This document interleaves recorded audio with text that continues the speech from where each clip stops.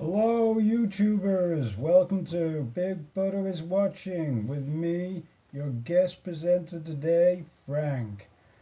Big Butter will be back next time, I'm sure, and these videos will look a lot less freaky. But for now, he said, like with the last video, and Frank Sidebottom, that weird guy from Manchester, England, he let him talk about what he wanted. He talked about Chris Seavey. I thought I'd take this opportunity to review a film I very much enjoy. It's called Frank. How about that? I'm called Frank. This film's called Frank, and I'm in it. Yes, it really is me. I am the Frank from the movie. I know I look even worse than Sidebottom did. Kind of like I've been in a car crash or just badly designed by somebody who hasn't got the movie making expertise when it comes to prosthetic heads or working with papier-mâché or fiberglass. Fiberglass, that's how we Americans say it, fiberglass, to go rank along with aluminum and vitamins. Anyway, let's talk about Frank, the movie. It came out in 2014 from director Lenny Abrhamson, and it was written by Jon Ronson and Peter Strahm, who previously collaborated on the movie The Men Who Stare at Goats. Jon Ronson had written the book The Men Who Stare at Goats. Peter Strahm was the screenwriter. But here they collaborated for the first time. Jon Ronson had an idea about writing a film as a tribute to his friend Chris Seavey, who he was in the Old Blimey band back in the 80s, and he was the keyboard player. Peter Strahm had always wanted to write a film kind of inspired by Captain Beefheart, but postulating what it would have been like if Beefheart had been around in the 50s, but had still been the avant-garde creative genius that he was. They then combined the two ideas and formed Frank, the character of Frank, me. A kind of avant-garde, how do I say this, mentally ill impresario musical genius who throughout the most of the movie wears a prosthetic head. What's he hiding? Who is Frank? How did he become such a genius? It's through Dom, the protagonist of the movie. In a way, the audience's eyes on the bizarre characters in the film, Frank and the rest of his band. The band's name, incidentally, is Strorofumbles. It's unpronounceable even by the band members themselves. And it's really about John's search to find out how you become a genius like Frank and how you would rank alongside him. So, let me just find my notes here. How's the image looking? Yes, I'm sorry I wasn't really paying attention. I can see that half the head is missing. Oh, okay. That looks a little better. Now let me just consult my notes that I made last night. So, no, that's the notes that Sidebottom made on Chris Seavey. Here we go. So yeah, the movie Frank. It's one of those whimsical indie comedies that only indie comedies know how to be. You know, that kind of thing, the sort of Napoleon Dynamite humor.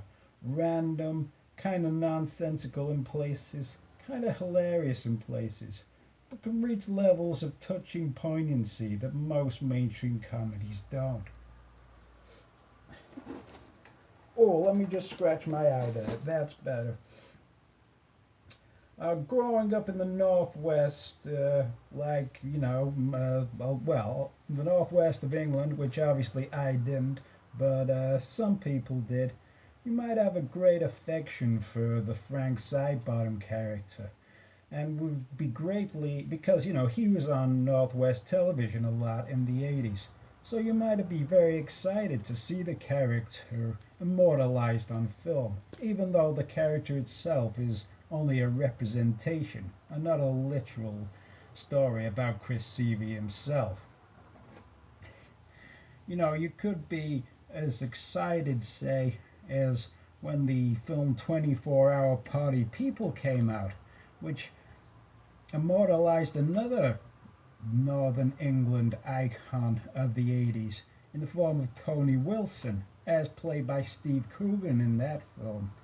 So to have two childhood icons immortalized on film, Tony Wilson, of course, was responsible for the Manchester scene that happened in the late 80s, late 70s right through to the late 80s, and immortalized with bands like Joy Division and New Order. Frank Sidebottom was very much a part of that scene, as well as other avant-garde artists like John Cooper Clarke. Yeah, many others.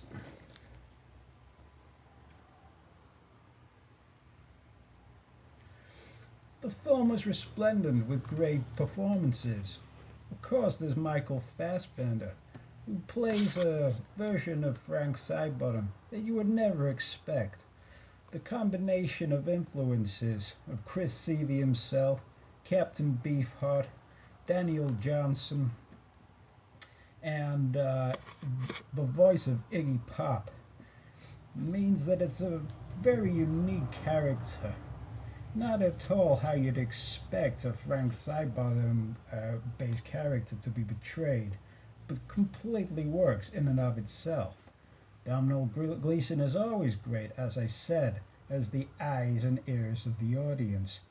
The inspiration for writing the character was really from Salieri from the film Amadeus, someone who's jealous of another man's genius, and it almost destroys him and the genius themselves as he becomes more and more manipulative throughout. Maggie Gyllenhaal is great as Clara. Originally the character was going to be called Klaus because he was based on Klaus Kinski. Oh yeah, I'm going to be a man as well, I should add. But the decision was taken to change it to a woman just to give a more female bias to the film.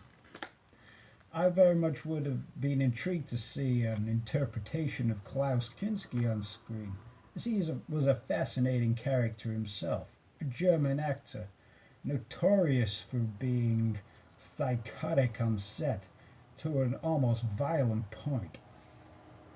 Oh, it's easier to see through this eye. Who'd have thought? Of course, the story of the film departs from real life about 10 or 15 minutes into the film. The first 10 or 15 minutes really deal with John joining the band as the keyboard player, despite only being able to play 3 notes. That was really Ronson's story. Where the Captain Beefheart section of the story takes over is in the first half of the movie, which deals with the band Strom from going out to the wilderness for a year. In Beefheart's case, it was the Texan desert, to record the album Trout Mask Replica.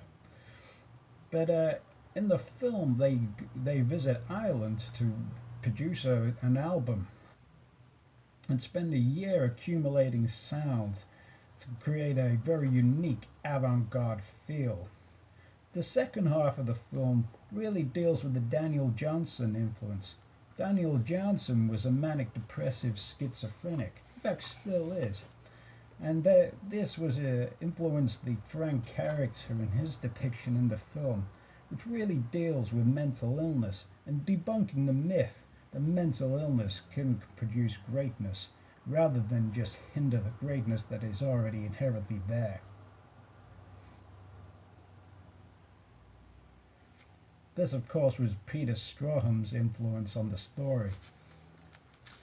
Jon Ronson was very much focused on depicting his own story on screen, and that was his contribution to the writing process.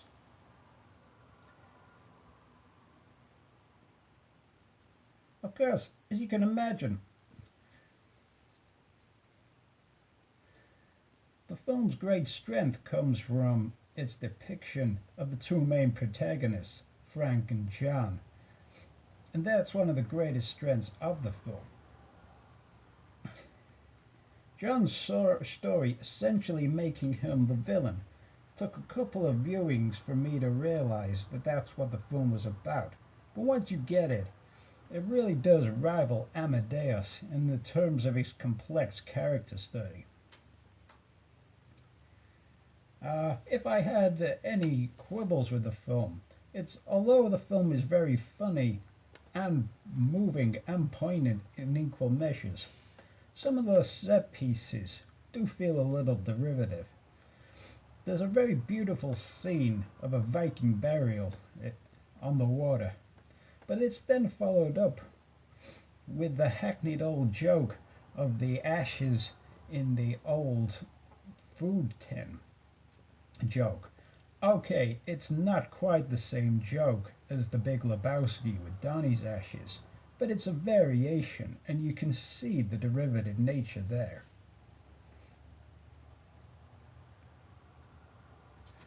The film contains some stunning cinematography from the cinematographer. Bear with me, folks. James Mather. It really does look beautiful in the way that indie comedies do over more mainstream comedy fare.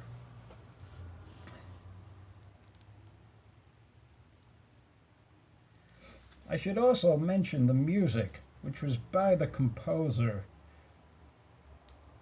Stephen Rennicks.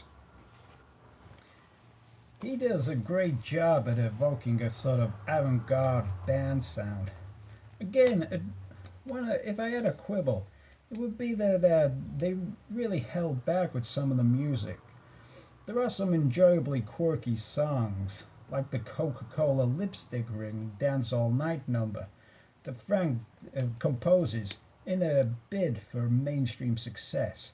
And of course, the song at the end of the film, I Love Your Wall / I Love You All, is haunting, moving, and beautiful. But I could have done more with these whole numbers. A lot of the music in the film feels a little teasing and not quite fully formed. But hey, maybe that's the point.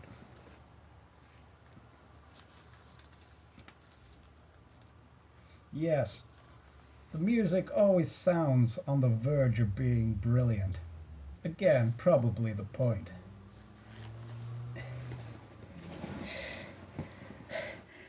It's me? The